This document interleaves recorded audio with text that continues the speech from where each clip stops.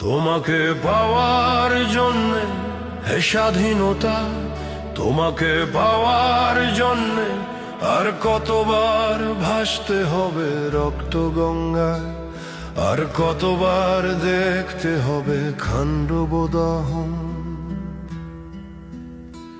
তুমি আসবে বলে হে স্বাধীনতা, সাকিনা বিবির কপাল ভাঙলো।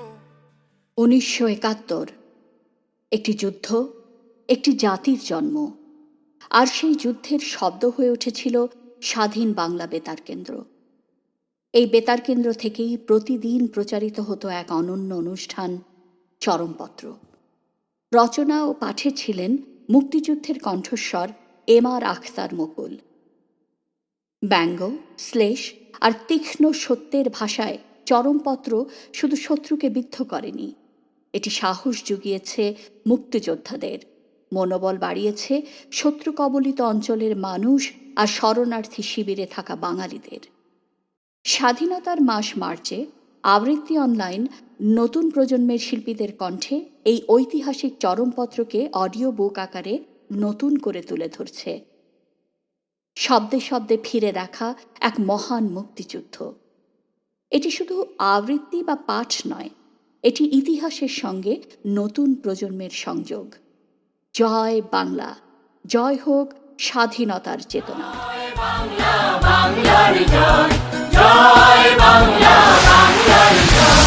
হবে হবে হবে হবে নিশ্চয়, কোটি প্রাণ একসাথে জেগেছে অন্ধরাতে, নতুন সূর্য তারেই তো সময়।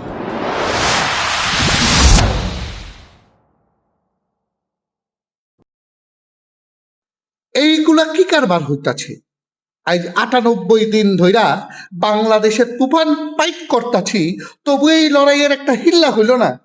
আমি ইয়াহিয়া খান একবারও কইতে পারলাম না যে সমগ্র বাংলাদেশ অক্ষরে জয় কইরা ফেলাইছি। কেবল একটা কথাই বারবার কইরা চিল্লাইতাছি, সিচুয়েশন নর্মাল, সিচুয়েশন নর্মাল, অবস্থা সম্পূর্ণ আয়ত্তের মধ্যে। কিন্তু আমি তো রিপোর্ট পাইতাছি সেইখানে এখন কারবারটা কি চলতাছে। পিআইএ এর মধ্যে 691টা অফিসারের লাশ ঢোয়াইছে, আর জওয়ান তো আল্লাহর ওয়াস্তে লিল্লা কইরা দিছি। কত কষ্ট কইরা পাকিস্তানে এইসব খবর চাপিস করতাছি, এইদিকে পাকিস্তান স্টেট ব্যাংকটাতে তো গ্যাং করছি, 100 টাকা 500 টাকার নোট বেআইনি করছি, নতুন ট্যাক্স বহাইছি, ডাক মাসুল বাড়াইছি, চেক ভাঙাইলে ড্রাফট বানাইলে পন্থা লইছি, তবু কোনো কিনারা করতে পারতাছি না।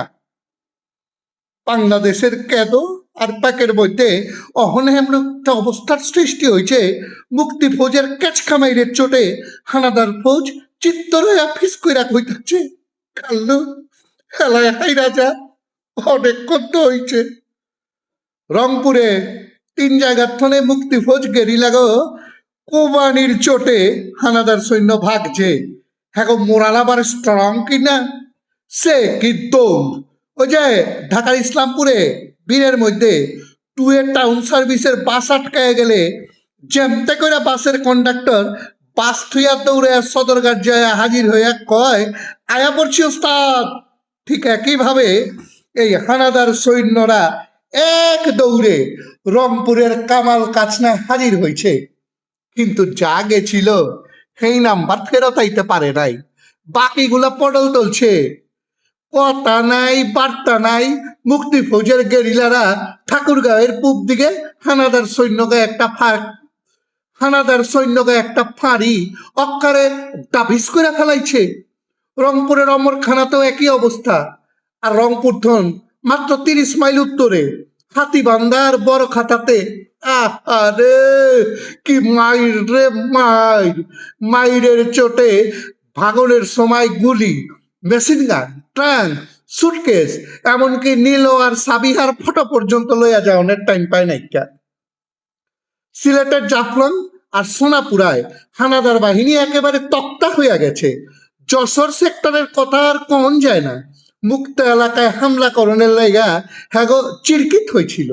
মাত্র 12 ঘন্টার লড়াই, এরপর হেরা আর ভাগনেরও টাম পাইল না, হক গলেই রইয়া গেল। হেসো আর দৌড়াইয়া ভাগনের কষ্টটাও করতে হয় নাই। কুষ্টিয়ার ভেড়া মারায় হানাদার সৈন্যরা 3টা মটের বোটে মৌতের খোঁজে বাইরেছিল। হ্যাঁ, মৌতের লগে হ্যাঁ মোলাকাত হইছে। অহন 3টা মোটর বোটের মধ্যে জয় বাংলার ফেলা করতাছে। এত কইরা কইলাম যাইস না, এই রাস্তায় যাইস না। হাতি যেমন বড়ই গাছতলায় যায় না, তোমরাও হেরম এই রাস্তায় যাইও না। না, আমার কথা তো শুনলা না। এখন মাইরের চোটে চোহে সর্ষে ফুল দেখা শুরু করছ। কুমিল্লা, রাজশাহী, বগুড়া, ফরিদপুর এগুলার কথা কইলে তো বাকিগুলা ডরাইবা। তাই আইজার বেশি খবর দিব না, মাইর খাওনের আগে যদি ভাইগা যায়। সেই জন্যই কইছিলাম সেনাপতি ইয়া অহন চেষ্টা গেছেন আর চিল্লায় কইতাছেন এগুলা কি কারবার হইতাছে। এই যে 98 দিন ধইরা বাংলাদেশের তুফান ফাইট করতাছি, তবু এই লড়াইয়ের একটা হিল্লা হইল না। আর চিত হইয়া ফিস ফিস কইরা কইতাছে এই কাল্লু এলা হাই রাজা, অনেকক্ষণ তো হয়েছে, এলা হাই রাজা, হাই রাজা। বোধের শক্ত জাতি, মূল্যবোধের ভক্ত জাতি, সাম্প্রদায়িক সম্প্রীতিবোধ একাত্তরেই ছিল।